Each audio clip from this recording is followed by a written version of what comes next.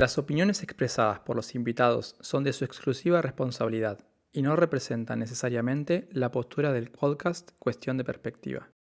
Dans cet épisode, nous sommes venus au Parlement suisse à Berne pour interviewer Michael, un journaliste qui travaille pour la RTS. Nous avons parlé du rôle du journalisme et aussi comme le peuple suisse vit la politique. Bienvenue à Question de Perspectiva. Avec Mika Lopez et Sophie Sporil. Abonne-toi pour ne pas manquer tous les épisodes. Bon, on commence notre premier podcast avec Michael. Donc, je vais laisser que tu te présentes de manière très courte, générale, qui tu es et de quoi tu travailles. Je m'appelle Michael, je suis de Genève. On est ici à Berne où je suis journaliste politique pour la RTS. Ok, merci. Alors, quand on a pensé à faire un podcast avec toi, nous avons eu beaucoup d'idées avec Mika et on a commencé à dire, ok, de quoi on peut parler qui nous touche vraiment personnellement. Ouais. Et comme toi, tu es journaliste, la première chose qu'on a pensé, c'est on va parler du journalisme. Ouais. Et c'est vrai que quand on arrive, avec Mika, nous sommes arrivés en 2018, les deux. Ouais. Et quand on arrive à Suisse, quand moi je suis arrivée, j'avais l'impression qu'il n'y avait rien qui s'est passé. Des graves, on va dire.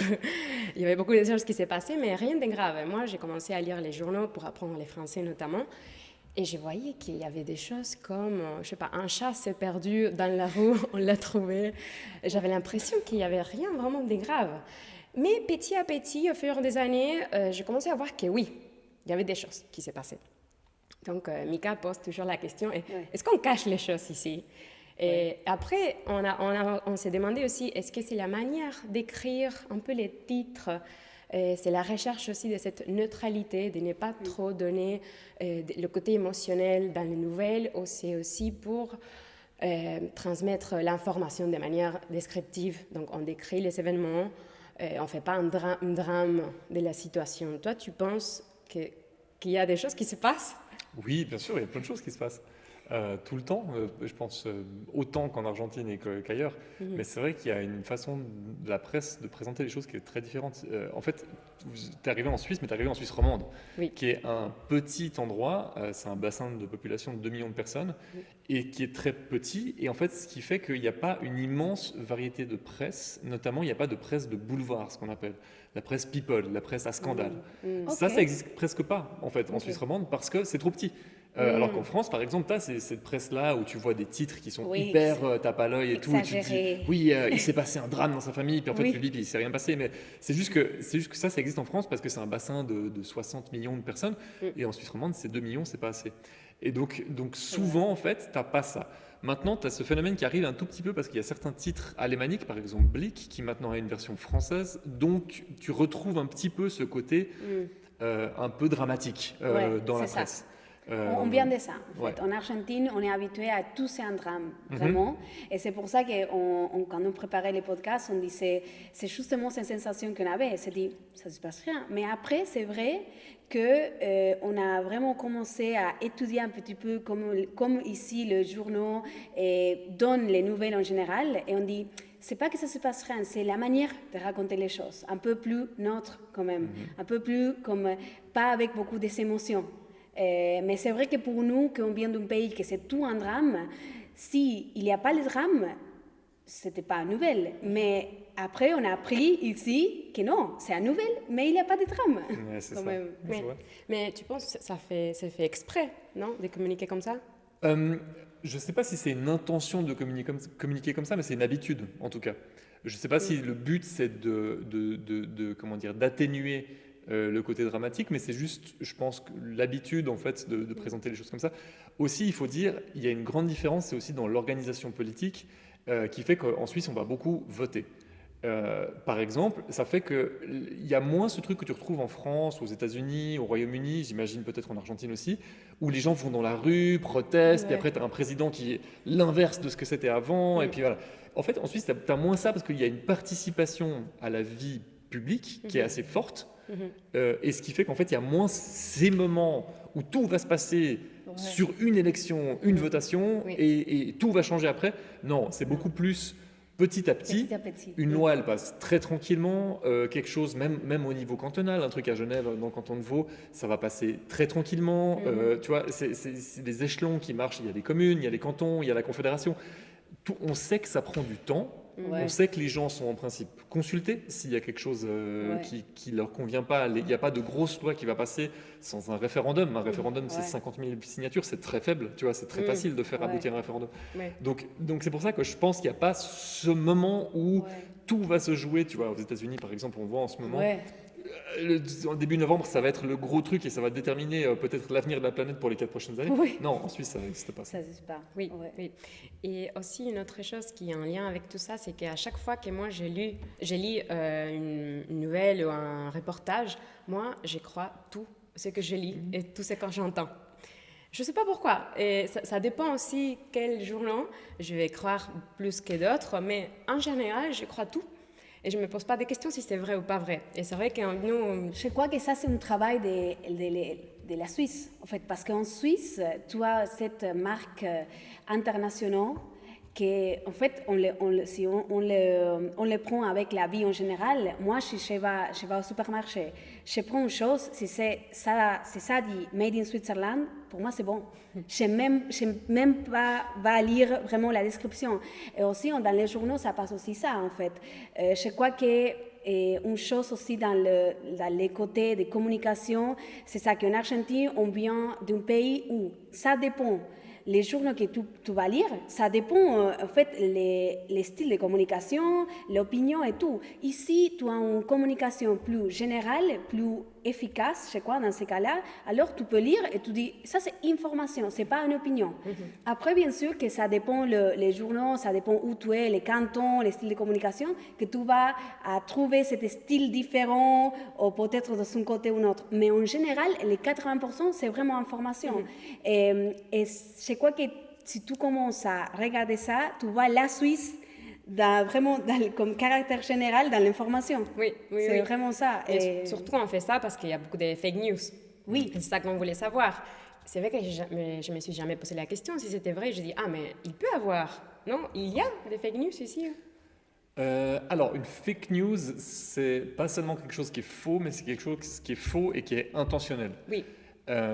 En Suisse... C'est créé par quelqu'un. C'est ça, c'est qu'en fait, je donne cette distinction parce que, par exemple, récemment, il y a eu je ne sais pas si vous avez vu, il y a eu des cas où il y a eu des projections qui ont été faites par l'administration fédérale ici à Berne qui n'étaient pas correctes. Et après, ils se sont dit, en fait, on s'est trompé, et en fait, le calcul était faux, et puis machin. Tant que tu penses que l'intention n'est pas mauvaise, je pense que, justement, le ciment de la société... tu disais tout à l'heure, quand tu lis quelque chose dans un journal, tu lui fais confiance. C'est intéressant. Pourquoi tu fais confiance? Tu vois? Je sais pas, c'est la Suisse. Ouais, mais... Après, moi, je trouve que c'est un peu la neutralité des communiqués. Ouais. Okay. Il n'y a pas... C'est ça. Il y a pas, je pense qu'il n'y a pas une intention politique derrière. Il n'y a pas un fanatisme de dire, OK, comme ça appartient à ces partis politiques, je ne vais pas mal parler, ou le contraire, ou je vais mal parler, mais parce que c'est complètement une politique complètement différente. Et parce qu'il y a une très mauvaise intention aussi. Donc, nous, on a un président qui, avant de gagner les élections, il y a eu un grand mouvement dans les réseaux sociaux et qui avait vraiment créé une image de lui, ça, positif ou négatif. Mais les réseaux sociaux ont créé vraiment l'image du président. Et il y avait je ne sais pas, 50% de fake news. Ouais. Et donc, après, c'est aussi un peu l'habitude. On est habitué à que tout soit faux, que tout soit un mensonge, que finalement, on ne croit plus. Ouais. Et ici, je pense que nous, on est habitué à que tout marche, tout est de qualité. C'est un peu les clichés aussi, non? Mais c'est un tout, comme tu dis. En fait, ce n'est pas seulement une question dans les journaux, mais c'est aussi une question de est-ce que tu fais confiance au gouvernement, donc que ce soit le gouvernement cantonal, que ce soit le policier qui t'arrête dans la rue, le contrôleur dans les CFF, etc. Complètement. Et je pense que du moment que tu as cette espèce de confiance qui est un peu diffuse, où tu te dis de façon générale, les gens sont bien intentionnés, et s'il y a une erreur, tu vois, je mentionnais tout à l'heure, il y avait ces problèmes de chiffres de l'AVS, ça potentiellement c'est un gros truc, parce qu'on a voté dessus, les gens se sont fait une opinion à partir de chiffres qui manifestement n'étaient pas tout à fait justes. Enfin, c'est eux-mêmes qui le disent. Mais du moment que tu garde cette confiance de dire ok, ils ont fait une erreur, ils viennent le dire, ils viennent dire ok, on a fait une erreur, on est désolé, voilà, on va faire une enquête pour savoir où est-ce que ça s'est mal passé. Du moment que tu gardes cette confiance de dire ok, ils ont une intention est bonne et puis voilà, tout le monde est faillible et tout le monde peut faire des erreurs. Du moment que tu gardes cette idée-là, je pense que c'est un peu le ciment de la société. Tu te dis ok, la personne qui est à côté de toi, elle est plutôt bien intentionnée et elle ne cherche pas à te tromper. Ouais. Donc pour répondre à ta question, les fake news, vraiment quelque chose qui est intentionnellement faux, j'ai vraiment pas vraiment d'exemple là que je peux avoir. Il y a clairement des partis politiques qui présentent les choses d'une certaine façon, qui sont très orientées, voire fausses. Mais tu vois que c'est un politicien ou une politicienne. T'as pas ce truc où... Après, ce que tu disais sur les journaux, effectivement, le cas en Suisse romande et en Suisse alémanique, c'est plus fort. Tu as plus de polarisation, tu as plus des journaux qui sont très à droite, par exemple, notamment à droite, où il y a vraiment des titres qui sont très assumés comme étant très politiques. En Suisse romande, tu as aussi des titres qui sont plus à droite, plus à gauche. Tu sais que si tu lis le Courrier, tu lis un journal qui est de gauche, qui est assumé tel quel. Et donc, tu sais qu'ils présentent les choses avec ils font du journalisme, bien évidemment, mais tu sais qu'ils ont des affinités politiques plutôt à gauche. Une chose que je voulais parler aussi, c'est le rôle de la digitalisation en Suisse, parce que moi, je travaille dans le digital, le marketing et tout, et une chose que ça m'étonne en général encore, en fait, maintenant, ça m'étonne plus, parce que je comprends un peu plus la Suisse, mais c'est vrai que comme ça joue le rôle de la communication traditionnelle en Suisse, c'est vraiment un des pays qui a encore vraiment la communication traditionnelle, les journaux, je sais pas, les reportages dans la télé, des choses qui sont vraiment très importantes et des gens qui consomment ça. En fait, et pour nous, en Argentine, on a un côté, je crois que pour les social media et tout, très américaine, ça veut dire tout ça se passe pour ça. Et vraiment, ça m'étonne comme, en général, pas que dans les côtés politiques, en général, dans je sais pas, la publicité, le style de la vie des gens ici, c'est vraiment comment est-ce que tu vois, en fait, comment est-ce que tu vois que tu travailles, bien sûr, dans les côtés digital. Comment est-ce que tu vois cet style de... est-ce que la Suisse, il a commencé à changer un petit peu? C'est plus lent que les autres pays? Comment est-ce que tu vois ces cas-là? Oui, il y a clairement un côté générationnel quand même. Il y a un côté où et ça tu vois dans des études en fait, de consommation des médias, plus tu as des gens jeunes, plus ils vont avoir tendance à s'informer uniquement sur les réseaux sociaux. Et puis, effectivement. Mais tu as quand même ce truc, comme tu disais, il y a quand même ces rendez-vous. Moi, maintenant, je travaille pour le 19-30, c'est ce qu'on appelle la grand-messe. C'est la messe du soir où tu dis, OK, il y a tel... Et ça reste assez fort, en fait, même chez les jeunes. Et il y a un côté très, très fort là-dedans. Mais je pense que, de nouveau, c'est lié au marché qui est très, très petit. Parce que tu vois, 2 millions de personnes, je ne sais pas combien de gens il y a à Buenos Aires, mais il y a plus que 2 millions de personnes, j'imagine, à Buenos Aires. Donc, donc c'est une partie de 6 millions. 6 millions. Donc c'est un quartier de Buenos Aires, tu vois, la Suisse romande. Donc en fait, simplement, c'est trop petit pour que... Tu vois, déjà au niveau de la Suisse, on parle plusieurs langues. Donc si tu as les réseaux sociaux, les gens ne se comprennent pas parce que c'est des langues qui sont différentes. Donc en plus, sur les réseaux sociaux, les Suisses allemands ont tendance à écrire en suisse allemand. Est-ce que presque tout le temps incompréhensible pour des romans. Donc, tu n'as pas ce truc national, ce discours, ce débat national sur les réseaux qui est très fort. Tu as ça au niveau de la Suisse romande, tu as ça au niveau de la Suisse alémanique, mais tu n'as pas un truc où tu as une caisse de résonance avec 8 millions de personnes qui vont parler très fort. Typiquement, Twitter en Suisse, c'est assez faible. Il y a très peu de gens qui sont sur Twitter. Il n'y a pas eu ce mouvement qu'il y a eu sur Twitter comme il y a par exemple en France, ce genre de choses. À tel point que maintenant, la RTS est même partie de Twitter aussi pour des raisons... Ah, mais oui, je ne savais pas. Parce qu'il y avait très peu de retours sur... Chaque fois que tu tweetais, tu avais vraiment t'as presque rien. Donc au final, tu es là, en fait, on va mettre toutes les ressources là-bas, non? Et voilà, on va mettre les ressources ailleurs. Mais Instagram, oui, c'est beaucoup plus fort. Et tu as effectivement une génération de gens plus jeunes qui s'informent presque uniquement sur Instagram. C'est ça, tu penses que ça aide à plus avoir de la participation de la part des jeunes grâce aux réseaux sociaux Ouais, je sais pas si c'est plus... Le problème des réseaux sociaux, c'est que tu as un algorithme que tu ne maîtrises pas. Donc, tu ne sais pas pourquoi est-ce que toi, tu vas ouvrir Instagram et tu ne vas pas avoir le même feed que moi, alors qu'on a les mêmes personnes qu'on suit. Ça, on ne le maîtrise pas. Et ça, c'est un problème un peu en journalisme, c'est que quand tu ouvres un journal, tu as un premier article, un deuxième article, un troisième article. Et puis, ils ne sont pas dans cet ordre-là par hasard. Il y a des trucs qu'on estime qui sont plus importants que d'autres. Et ça, sur les réseaux, tu ne maîtrises pas. En fait, c'est tout à la suite. Et puis, c'est tout, ça dépend tes likes et ce genre de choses. Donc ça peut être potentiellement un peu dangereux. Il y a plus de contrôle, normalement, sur ce qu'on va montrer aux gens dans Ouais, un journal. Justement, c'est ce qu'on appelle l'éditorialisation. C'est qu'en fait, moi, j'estime que ce sujet, il vaut, je sais pas, une double page. Et puis, j'estime que ce sujet, tu parlais de la dramatisation tout à l'heure, ou du chat perdu, tu vois, on pense qu'un chat perdu, c'est peut-être un petit, c'est un petit truc, c'est pas un gros truc. Alors que sur les réseaux, potentiellement, tu peux en faire un immense truc, tu peux faire une bulle avec ce chat perdu, puis créer une histoire, et puis en fait, puis machin, puis il y a toute la famille derrière et tout. Et en fait, c'est pas forcément très important.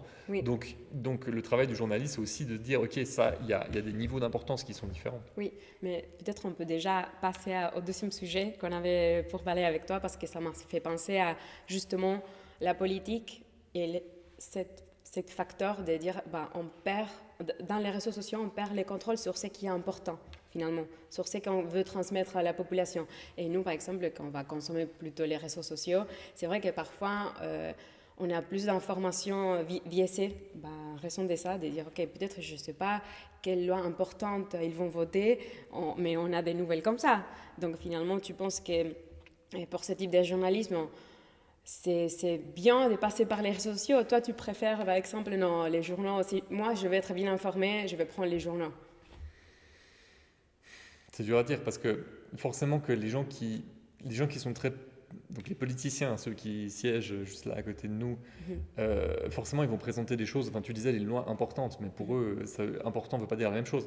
Après, tu peux un peu quantifier l'importance, tu peux dire, ok, ça il y a tant de millions, tu as beaucoup de budget, typiquement des programmes liés à l'armée, c'est beaucoup de millions, voire des milliards. Là tu te dis, ok, d'un point de vue objectif, c'est plus important parce que c'est plus d'argent et ça, voilà. Tu peux aussi te dire un truc comme les assurances maladie, c'est très concernant parce que tout le monde en paye, donc forcément tout le monde est concerné, alors que je sais pas, je dis n'importe quoi, mais quelque chose. J'avais fait un truc une fois sur une loi qui passait sur les escargots, la culture d'escargots. Tu te dis bon, ça c'est peut-être moins concernant parce qu'il y a que peut-être 2 héliciculteurs en Suisse romande et puis il n'y a pas beaucoup de gens qui mangent des escargots, donc c'est moins important, tu vois. Mais le problème des réseaux sociaux, c'est que de nouveau, personne décide ce qui est important. C'est l'algorithme qui décide et l'algorithme, il est fait pour que tu restes le plus longtemps possible. Et une chose que ça vient aussi dans la tête, que moi, quand je suis en relation à la communication en Suisse, c'est que quand je suis arrivée, pour moi, ça m'étonnait que les communications officielles, ils viennent toujours par lettres. Et même si tu reçois une lettre, ça veut dire... Ça, c'est sérieux, ça, c'est important. Même si c'est, je sais pas, une nouvelle, une chose, un changement de loi, je ne sais pas, mais c'est important. Et moi, une chose que ça m'étonne, que peut-être nous, en Argentine, notre génération, 30, 40, peut-être, vraiment, il y a vraiment très peu de personnes qui achètent un journal, mais en papier. Mais presque... Notre génération en plus, c'est tout pour le digital. Mais ici, j'ai des amis suisses de mon âge, 30 ans plus ou moins, qu'ils s'achètent les journaux pour dire « oui, les réseaux sociaux, c'est bon, mais après, qu'est-ce que ça se passe ?» Et je dis « mais c'est vraiment différent. » C'est pour ça que j'ai dit « c'est vraiment important la communication traditionnelle ici, même pour les assurances maladie, pour tout. C'est vraiment chaque fois que j'arrive chez moi d'un voyage, il y a 4000 lettres. Et c'est vraiment comme ça se tient quand même. Même les jeunes, parce que comme tu as dit, c'est une question de génération, mais aussi les jeunes, ici, ils sont habitués à les papiers quand même. Ça m'étonne. Oui, ouais. Bon, tu as aussi le 20 minutes, tu vois, qui est un journal gratuit, qui est très distribué, qui est très lu, parce qu'il est un peu partout, notamment dans les transports publics. Donc, Mais aussi, une autre chose qu'on avait pensé avec Mika, c'est que nous, en Argentine, on utilise beaucoup les réseaux sociaux pour médiatiser, pour créer une image des politiciens, des politiques. On va créer tout un truc autour de ça. Donc, par exemple, le président, la plupart sont des figures médiatiques, on dit ça en français. C'est pas juste une personne qui participe à la politique, c'est aussi une figure, une personne célèbre. Oui. Et ça, tout, ça passe par les réseaux sociaux. On ne va pas les faire à travers des journaux. Non. Et c'est vrai qu'ici, il n'y a pas besoin. Mais ça se faisait aussi avant. Avant les réseaux sociaux, il y avait aussi des figures qui étaient politiques, qui arrivaient avec les médias traditionnels à se créer une image et à jouer de cette image et être très fort avec ça. En Suisse, il y a des exemples de personnalités politiques, notamment Christophe Blocher qui vient en tête, qui est un peu le... Comment dire, il était à l'UDC, il était le patron de l'UDC pendant très longtemps, encore aujourd'hui il est très influent. Et lui, vraiment, n'est pas du tout sur les réseaux sociaux, mais à l'époque, il était très très fort avec les médias traditionnels. Il a beaucoup de journaux à lui. Hein, il a acheté des journaux aussi à lui. Donc, en Suisse alémanique, il y a un truc où il est très fort là-dedans. Donc, même avec des journaux... je ne pense pas que la numérisation des médias a changé fondamentalement la donne. C'est juste une autre façon de le faire. Oui. À l'époque, les gens le faisaient aussi, même à la radio ou à la TV. Quoi. Oui, la radio. Et tu penses que ces figures-là créent des groupes? Parce que nous aussi, on a pensé à ça, à dire, en Argentine, chaque président crée un groupe, normalement des gens, qui divisent le pays en deux, en trois, notamment en deux. Et ça crée toute une guerre pendant 4 ans. Et je pense que c'est un peu notre attitude d'Argentin d'être très passionné. Donc, si on choisit quelqu'un, on va le défendre jusqu'à la mort ou on va arrêter les votes pendant 4 ans. Mais c'est ça aussi qu'on se demande, est-ce qu'ici, il y a ça qui arrive dans la société aussi, il y a des groupes. Je sais qu'il y a des différents partis politiques, mais il y a cette sensation de, OK, le pays se divise par des figures politiques. Non, je dirais pas au niveau fédéral. Il y a des figures qui sont... il y a eu récemment des cas, typiquement à Genève avec Pierre Maudet, ici il y a Mauro Poggia qui siège aussi, qui sont des figures qui dépassent un parti. Ils ont les deux quitté un parti plus traditionnel pour presque être à la tête d'un mouvement à eux-mêmes, à eux tout seuls. Donc ça arrive, mais c'est pas, disons, au niveau national. Il n'y a pas au niveau fédéral, je dirais, vraiment des gens qui s'identifient très fort à tel ou tel parti. Tu peux demander, par exemple, à un adhérent ou une adhérente des Verts, du PS, du PLR, demande-leur qui sont les présidents des partis au niveau national. Il y a de grandes chances qu'ils ne sachent pas ou que ça ne soit pas important, parce que ce qui est important, c'est plus l'échelle qui est plus petite. Et c'est là, en fait, où tu disais en Argentine, je pense qu'il y a ce côté très national, où c'est toute la nation d'un coup qui va sur un thème, sur une votation, En Suisse, c'est moins le cas parce que tu as des échelons qui sont beaucoup plus bas. Tu as la commune, tu as le canton qui est très important. Beaucoup de choses se passent au niveau du canton. Et une réalité à Genève ne sera pas la même qu'à Neuchâtel et qui ne sera pas la même que dans le Valais.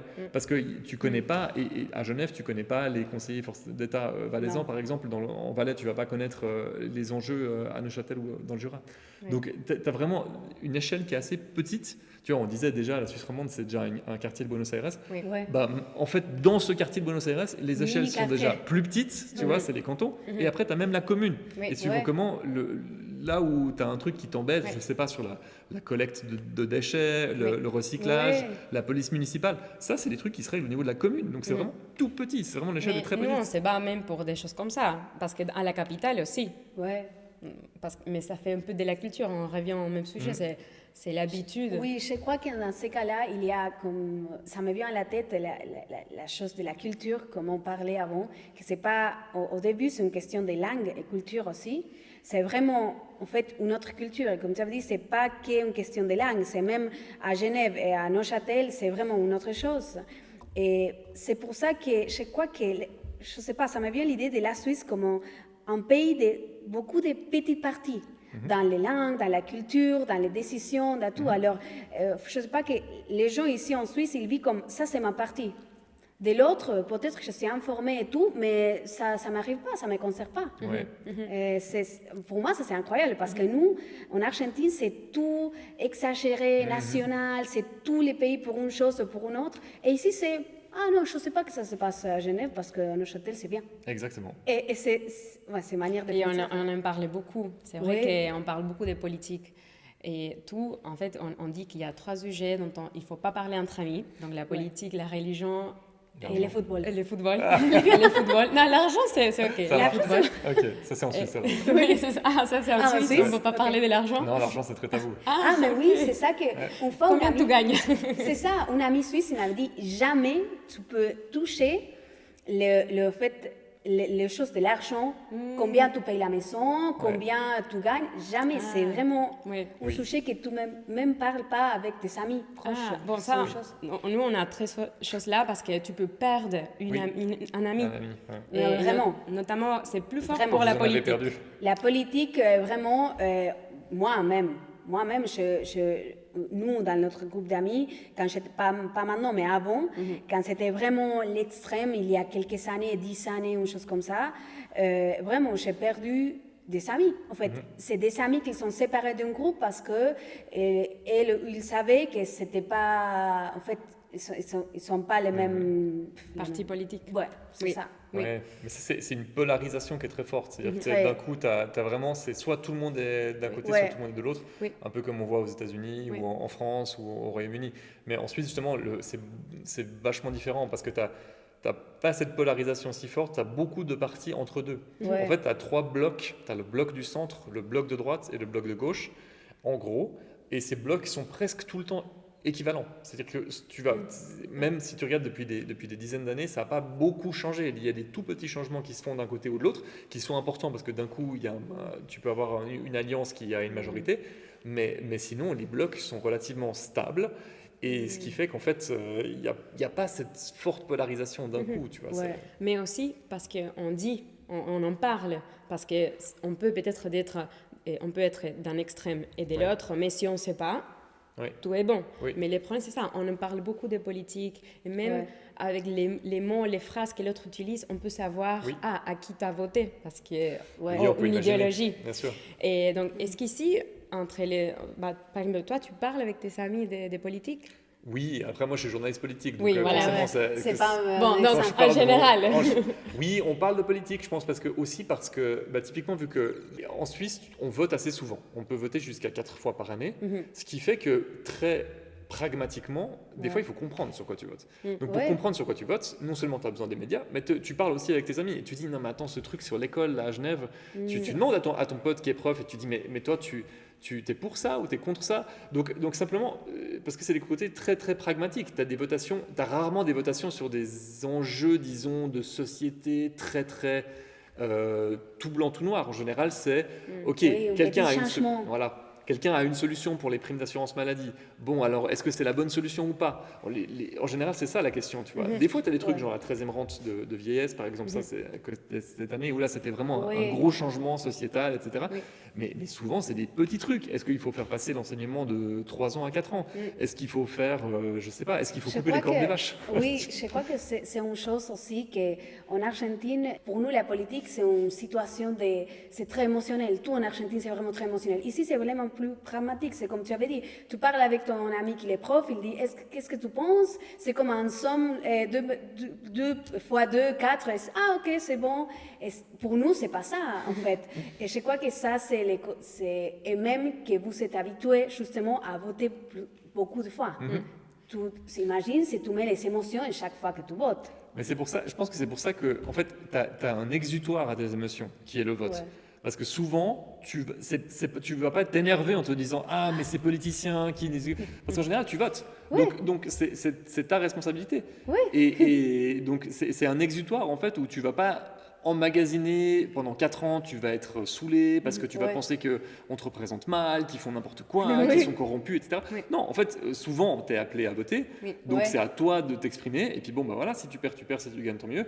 Et puis, donc ce qui fait qu'en fait, j'ai l'impression que la participation politique, tu vois, il y a assez peu souvent des immenses manifestations en Suisse. Par exemple, les primes d'assurance maladie qui augmentent tous les… Voilà, vous avez depuis 2018, vous avez, on reçoit la lettre. Le plaisir de voir ça, la lettre, ça, dans d'autres pays, tu te dis, mais il y aurait des immenses manifestations dans la rue. Et en Suisse, pas vraiment, parce que tu vois, cette année, on a déjà voté 2 fois sur des assurances maladie, c'est pas passé. Bon, bah voilà, qu'est-ce que tu veux faire de plus? Tu peux aller protester, mais disons que les gens sont appelés à voter, et s'ils votent non, ils votent non, quoi. Donc, Oui, mais si ton meilleur ami est contre et dit non, et toi tu votes oui, c'est OK. C'est OK. Mais oui, parce qu'il y a beaucoup de petits sujets. C'est pas que ton ami il est contre toi. Mais t'imagines que si nous on va voter sur un truc, imaginons qu'on peut voter maintenant. Non, on va se battre. Si tu dis non, moi j'ai dit oui, je vais essayer de te convaincre. En fait, moi pas. Non, non, parce qu'on va voter la même chose, nous. Non, mais c'est une manière de dire que normalement, on peut même se battre pour une votation, parce que si moi, par exemple, je suis convaincue qu'il faut voter oui, je suis convaincue que ça c'est très bien. Et mon meilleur ami, toi, a dit non, moi je vais voter oui. Je dis non, Ça, Pourquoi? c'est pas Oui, bien. mais je crois que c'est ça, je suis totalement d'accord, mais ça, le fait de la justification, c'est justement ça, que tu es habitué à voter et tu as l'opportunité dans chaque changement de voter. Alors, je crois que ça les quitte l'émotion, justement, parce que chaque changement, tu votes. Alors, peut-être que même, je crois que ça, c'est les bons côtés, parce que même si tu votes en personne, c'est comme quand on parlait justement de politique, si c'est parler de la politique dans la maison, avec des amis et tout, même si tu as voté une personne ou un parti, même après, tu peux dire, ah oui, mais dans ces sujets, je ne suis pas d'accord, alors je vais voter l'autre. Et ça va. Oui. En Argentine, c'est pas du tout ça, en fait. Tu votes une chose et après, tu dois continuer 4 ans avec ces choses. Mais parfois, je vois des votations ici et moi, j'ai envie de voter. Et je suis très énervée quand je rencontre les gens. Par exemple, je me souviens quand je suis arrivée, il y a eu la votation de faire 5 semaines de vacances. Ah oui, J'étais tellement fâchée, énervée, parce que la votation a été non, évidemment.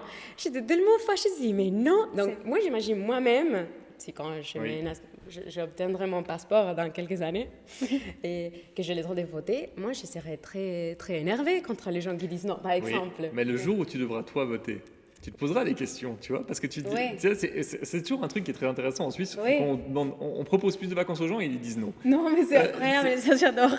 Mais en même temps, tu vois, tu as un débat démocratique et puis alors l'argument qui fait souvent, qui marche très bien en Suisse, c'est de dire oui, mais ça fait du mal à l'économie. L'argent. Toujours. Ouais, l'économie, tu vois. Et puis tu dis oui, mais bon, si on fait ça, alors les petites entreprises, elles vont devoir payer plus. Et puis les gens, ils se disent ah ouais, non, c'est pas une bonne idée. Bon. Donc, tu vois. Mais on paye, mais après les gens tombent plus souvent malades, plus souvent dans... Ah, mais moi je ne dis pas sur cette votation en particulier, mais disons que souvent, tu as cet argumentaire de dire ça fait mal à l'économie, et même si tu as l'impression que les gens votent contre leurs propres intérêts, parce qu'ils ne veulent pas plus de vacances, ils votent de même, quoi, tu vois, c'est une votation populaire. Oui. Donc voilà. Non, mais je crois qu'on voit maintenant les côtés que, comme nous en Argentine, tous les côtés sensibles, c'est la politique, que l'économie, il est un peu dedans, mais c'est surtout la politique. Si de toute manière, on n'a pas d'argent, donc c'est pas grave. Mais en Suisse, c'est tout l'économie. En fait, le centre de la Suisse, c'est l'économie. Pour tout. Pour la santé, pour la politique, pour les décisions, même pour la déchetterie, je ne sais pas, des choses comme ça, plus petits. L'économie, ça pèse très fort dans l'esprit des Suisses, aussi parce que si tu dis à n'importe qui, enfin, j'imagine que vous, quand vous dites à vos amis en Argentine, j'habite en Suisse, ils se disent « Ah, mais vous êtes riches ». Oui, évidemment. C'est le premier truc. Voilà. Alors que la Suisse, jusqu'à la Deuxième Guerre mondiale, ce n'était pas un pays riche, c'était un pays au contraire qui était relativement modeste. C'était vraiment très pauvre, en fait.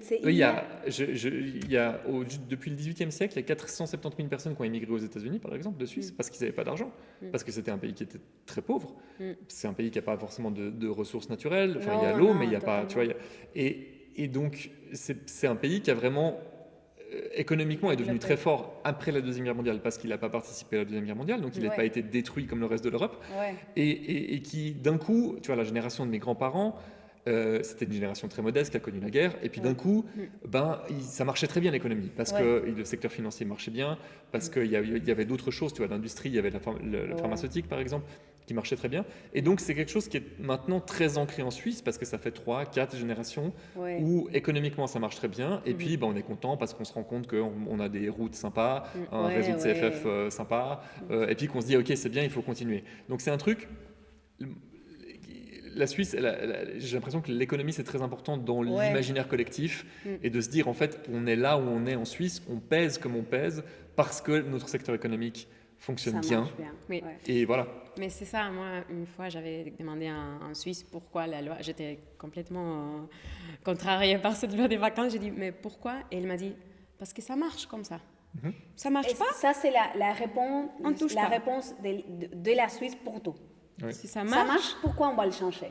En fait, une chose que ça est venu à ma tête, que tu disais ça, c'est justement ça, parce que moi, je trouve que dans tous les côtés de la Suisse qu'on parle, l'éducation, en fait, tout, l'économie, la politique, c'est comme si la Suisse est un grand parti, qu'il est vraiment très conscient de cette petite partie. Les cantons, les cultures, tout petit à petit. En fait, et ça, c'est... Comme ça arrive à tout, parce que quand je parle avec mes amis, je leur dis, non, on a des cantons, c'est un pays fédéral. Moi, je me fous de Genève, je vis à Neuchâtel, c'est bon. Après, non, moi, allemand, je ne parle pas. Et moi, je dis, mais tu vis comment? Parce que pour nous, qu'on est très nationaliste, ça veut dire que c'est vraiment un gros groupe de décisions et tout. C'est bizarre. C'est comme ça arrive. Et ça arrive comme ça. Et si je me mets j'essaie de me mettre dedans une personne suisse qui dit, écoute, on a vraiment construit beaucoup de choses avec cette vision, pourquoi on va changer? Je dis, mais écoute, je te comprends. C'est vrai. Mais c'est vrai qu'à l'inverse, tu vois, c'est très bizarre pour quand tu es suisse et que tu entends des pays, typiquement si tu dis en Argentine que de Salta à la Terre de Feu, il y a des gens de Salta qui vont décider ce qui va se passer à la Terre de Feu et inversement, et tu te dis, mais en fait ça n'a aucun sens. Parce que la réalité est totalement différente. Et puis, c'est très centré Buenos Aires en fait. Oui, j'imagine, bien sûr. Mais je veux dire, il y a un truc où tout change en même temps, alors qu'en Suisse, évidemment, tu as des cantons qui sont alpins, tu as des cantons qui sont presque des cantons-villes, comme Zurich ou Genève. Tu as des cantons qui sont au sud des Alpes, comme le Tessin. Tu as des cantons qui sont alpins, justement, comme le Valais ou les Grisons. C'est des réalités qui sont totalement différentes, tu vois. Et puis, c'est des prises de décision qui sont liées à cette réalité-là. Et ça n'aurait pas tellement de sens que quelqu'un de Bâle décide ce qui va se passer au Tessin. Alors, ça arrive des fois, mais pas souvent. Tu penses que la Suisse est plus juste avec cette manière de fonctionner? Je ne connais pas assez bien l'Argentine pour dire qu'elle est plus juste, mais j'ai l'impression que c'est à une échelle qui a du sens. Parce que, typiquement, moi, mes parents, par exemple, qui sont nés, qui ont grandi à Genève, ils parlent presque pas allemand, tu vois. Et ça marche. Ça marche. Et en fait, ils sont dans leur endroit. Le centre du pouvoir pour eux, là où se passent les choses, c'est à Genève. Et ils n'ont pas besoin de lire la presse, la NZZ de Zurich, pour savoir... non, ils n'ont pas besoin, parce qu'il y a un centre de pouvoir qui a du sens pour eux. Parce que c'est dans l'endroit qu'ils connaissent, c'est les réalités qu'ils connaissent, et ce n'est pas des gens qui... effectivement, peut-être parlent une autre langue, peut-être ont une autre culture, une autre réalité.